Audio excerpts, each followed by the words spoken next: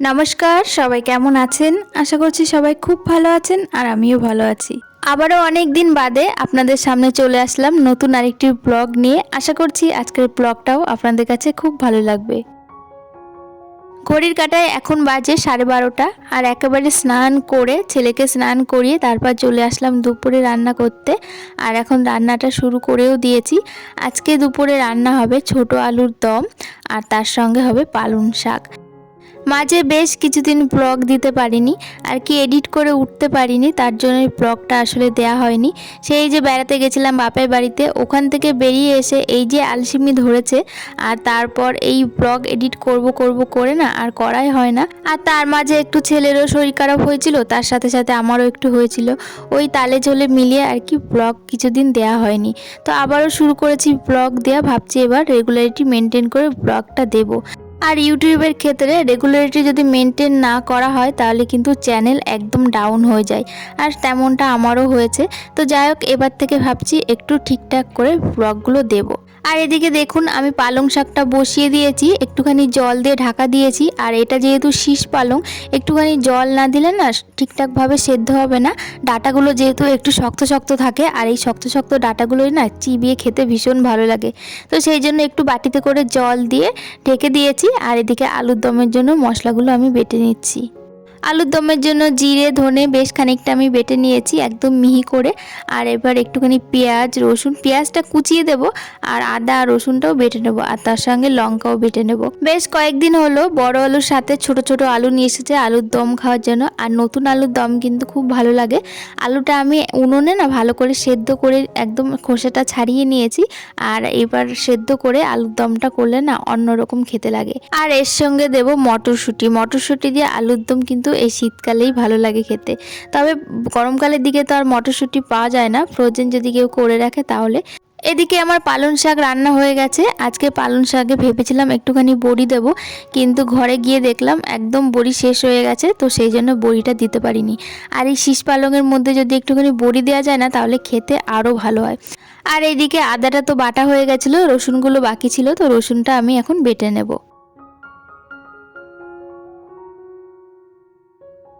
আজকে বাড়ি থেকে 1 কিলো মটরশুঁটি রেখেছি 50 টাকা দিয়ে। তবে গায়ে খুব লাগলো, কেন জানেন? বাড়িতে গেছিলাম আর বাড়িতে তো আমাদের ওদিকে চাষ হয় আর আমাদের জমিতে মটরশুঁটি লাগিয়েছে। তো সেই মটরশুঁটি আমি ভেবেছিলাম আসার সময় নিয়ে আসবো, কিছুটা কিছুটা না হোক 1 থেকে 2 কেজি মটরশুঁটি ছাড়িয়ে যদি আনতে পারতাম তাহলে মানে খুব ভালো হতো। ভেবেছিলাম আনবো, কিন্তু ওই যে ট্রেনে করে আসবো আর এত জামা কাপড় হয়ে যায় আর তারপরে না আর কিছু আনতে ইচ্ছে করে না, তো সেই জন্য আর আনিনি। তো ওখানে তো বাজারে ওই 25 থেকে 30 টাকার মধ্যে 1 কিলোর দাম, আর এখানে 1 কিলো একদম 50 টাকাতে কিনলাম। তবুও সেই মানে মোটা মোটা মটরশুঁটি না, কচি আছে, তার মধ্যে নানান রকম মেশানো, সেই জন্য গায়ে খুব লাগলো। মনে হচ্ছিল ইস যদি আসার সময় 2 কেজি মটরশুঁটি আমি ছাড়িয়ে নিয়ে আসতাম তাহলে খুব ভালো হতো। আর এখনকার এই মটরশুঁটিগুলো না একটুখানি বাঁধাকপিতে দিলে বাঁধাকপির স্বাদটাই অন্যরকম হয়, খেতে ভীষণ ভালো লাগে। আর তারপর সকালবেলা একটু রুটির তরকারি করলাম, তার মধ্যে একটুখানি মটরশুঁটি দিয়ে দিলাম। তারপরে দুপুরবেলা কিছু একটা রান্না করলাম, তার মধ্যে একটু মটরশুঁটি দিয়ে দিলাম, বেশ ভালো লাগে খেতে। আর এখন শীতকাল মানেই তো শীতকালে নানান রকম সবজি। তো যাই হোক, কী আর করা যাবে, আনতে যখন পারিনি আফসোস করছি আর কি। তো এদিকে দেখুন আলুটা আমি ভালো করে ছাড়িয়ে নিয়েছি, উনুনে কিন্তু সেদ্ধ করে নিয়েছিলাম। আর তারপর খোসা ছাড়িয়ে ভালো করে আমি একটু ভেজেও নিয়েছি। আর এরপর মশলাটা ভালো করে কষিয়ে নিয়ে তার মধ্যে এই যে আলুটা দিয়ে তার মধ্যে মটরশুঁটি দিয়ে আর একটু ভালো করে কষিয়ে নেব। আর অনেকক্ষণ ধরে এই আলুর দমটা কষিয়েছিলাম আর তার জন্য কিন্তু আলুর দমটা খেতে ভীষণ ভালো হয়েছিল। আর আমি যেহেতু এটা খাওয়ার পরে ভিডিওটা এডিট করে আপনাদের সঙ্গে আর কি শেয়ার করছি, তো সেই জন্য বলতে পারলাম। তো এদিকে দেখুন মটরশুঁটি মনে হচ্ছিল একটুখানি কম হয়ে গেছে, তো ছাড়িয়ে তো আমি কিছুটা রেখে দিয়েছিলাম, তার মধ্যে থেকে আর একটুখানি দিয়ে দিলাম। দিয়ে এবার ভালো করে কষিয়ে তারপর গরম জল দিয়ে দেবো।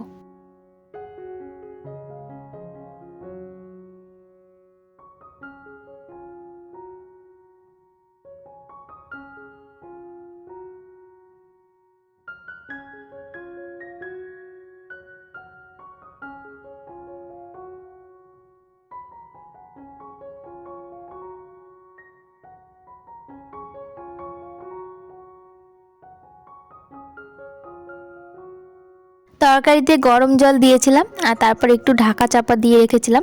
খুব ভালো করে একদম ঝোলটা ফুটছে আর একটু পরেই নামিয়ে দেবো। আর তার আগে দিয়ে দিচ্ছি বাটা গরম মশলা। দেখবেন গুঁড়ো মশলা দেওয়ার থেকে যদি আপনি একটুখানি গরম মশলাটা বেটে দিতে পারেন তাহলে কিন্তু সেই তরকারির গন্ধটাই একদম আলাদা রকম হয়। আর এর মধ্যে আমি দিয়ে দিলাম বেশ খানিকটা ধনেপাতা। এই শীতকালের সময়তে ধনেপাতা মটরশুঁটি দিয়ে নতুন আলুর দম খেতে কিন্তু ভীষণ ভালো লাগে। আর একটু বেশি করেই করেছি যাতে রাত্রেবেলাও খাওয়া যায়। দুপুরে রান্না তো হয়ে গেছে আর এবার রান্নাঘরটা ক্লিন করার পালা। তো তরকারি সব আমি ধরে একদম নিয়ে গেছি টেবিলের উপরে, ওখানে রেখে দিয়ে এসেছি। আর এবার রান্নাঘরটা খুব ভালো করে ক্লিন করে নিচ্ছি। দেখুন, রান্না বান্না করার পর রান্নাঘর ক্লিন করতে কিন্তু বেশ খানিকটা সময় লাগে। আর খুব ভালো করে যদি রান্নাঘরটা পরিষ্কার না করা যায় তাহলে কিন্তু রান্নাঘর দিয়ে একটা তেলচিটে গন্ধ বেরোয়। আর আমার কাছে এই গন্ধটা একটু বেশি রকমই লাগছে। যদিও আমার রান্নাঘর নতুন, এখনও 1 মাস হয়তো হয়নি যে রান্না শুরু করেছি, তবুও খুব ভালো করে আমি রান্নাঘরটা সবসময় ক্লিন করে রাখি। আগে তো বাইরে রান্না করতাম, ওখানে কিন্তু যে ঝাঁঝগুলো থাকতো সেই ঝাঁঝগুলো তো বাইরেই বেরিয়ে যেত, কোনো গন্ধ থাকতো না। কিন্তু এখন যেহেতু ঘরের মধ্যে রান্না বান্না শুরু করেছি সেই জন্য কিন্তু রান্নাঘরটা খুব ভালো করে পরিষ্কার করে নিচ্ছি। যদিও রান্নাঘরে চিমনি আছে তবুও। তো যাই হোক, আবারও আপনাদের সামনে চলে আসলাম অনেকক্ষণ বাদে। সেই যে দুপুরবেলা খাওয়া দাওয়া করেছি, তারপর ছেলেকে পড়তে পাঠিয়ে দিয়েছি, ও পড়ে বাড়িও চলে এসেছে। সন্ধ্যা হয়ে গেছে, সন্ধ্যা দেওয়াও হয়ে গেছে, সন্ধ্যার চা খাওয়াও হয়ে গেছে। আর এখন এসেছি রাতের রান্না করতে। আজকে দুপুরবেলা যেহেতু আলুর দম রান্না করেছিলাম, তো সেহেতু রাত্রেবেলা একটুখানি লুচি তো বানাতেই হবে। আলুর দম যখন বানানো আছে, লুচি বানাতে আর কি বলুন। তো এখানে দেখুন বেশ খানিকটা ময়দা মেখে নিয়েছি। আর এখানে 1 প্যাকেট সাদা তেল, সেটা বোতলে শেষ হয়ে গেছিলো, তো বোতলে আবার ঢেলে নিচ্ছি। সবটা তো ধরবে না, অর্ধেকটা ঢেলে নিচ্ছি আর অর্ধেকটা কড়াইয়ে একবারে দিয়ে দেবো। তো আলুর দম তো রান্না হয়েছিল, আলুর দমের সঙ্গে লুচি তো ভীষণ ভালো যায়। আর আজকে সোনার বাবা বাড়িতে আছে, তো সোনার বাবাকে আগে থেকে জিজ্ঞেস করে নিয়েছি তুমি লুচি খাবে তো। অন্যান্য সময় কি হয় বলুন তো, লুচি খেতে চায় না, তো সেই জন্য বানানোও হয় না খুব একটা। আর তার জন্য দেখুন আমার লুচিটা খুব একটা গোল হচ্ছেও না। রুটিটা বানানো হয়, রুটিটা আমি খুব ভালো গোল করতে পারি, ফোলাতেও পারি, কিন্তু লুচিটা খুব একটা বানানো হয় না বলে ঠিকমতো আমি বেলতেও পারি না। তবুও যেটুকু পারি সেটুকু করে দিচ্ছি। আর আমার যা কিন্তু ওদিকে লুচি ভাজছে, ও তো আরোই বেলতে পারে না, তো সেই জন্য আমিই বেলে দিচ্ছি। আর মা বাইরে রান্নাঘরে আজকে বানাচ্ছে একটু পায়েস। তো সেই পায়েস বাটিতে করে মাসিকে দিয়ে পাঠিয়েছে, যে দেখতে ভালো মানে নুন মিষ্টিটা ঠিকঠাক হয়েছে কিনা। তো সেটাই আমরা দুজনে মিলে খেয়ে দেখছি যে না, একদম নুন মিষ্টি ঠিকঠাক হয়েছে, আর কিছু দিতে হবে না, এবার নামিয়ে নিলেই হয়ে যাবে।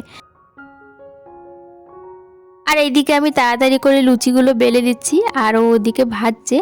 আর লুচি ভাজা হতে না হতেই এদিকে চলে এসেছে সোনার বাবা, গরম গরম লুচি নিয়ে চলে গেল। ছেলে আর বাবা দুজনে মিলে ওদিকে খাচ্ছে আর টিভি দেখছে। মানে আলুর দম দেওয়ার যে দেরি সেটা আর সইছে না, মানে গরম গরম লুচি মানে তুলে নিয়ে খাচ্ছে। তো যাই হোক, এদিকে আমার লুচি বানানো হয়ে গেছে আর অল্প কিছু বাকি আছে।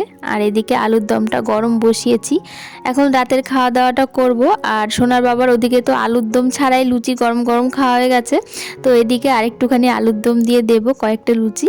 তো যাই হোক, চলুন রাতের খাবারটা খেয়ে নিই। আর আজকের ব্লগটা এখানেই শেষ করছি। আজকের ব্লগটা আপনাদের কাছে কেমন লাগলো অবশ্যই কমেন্টের মাধ্যমে জানাবেন।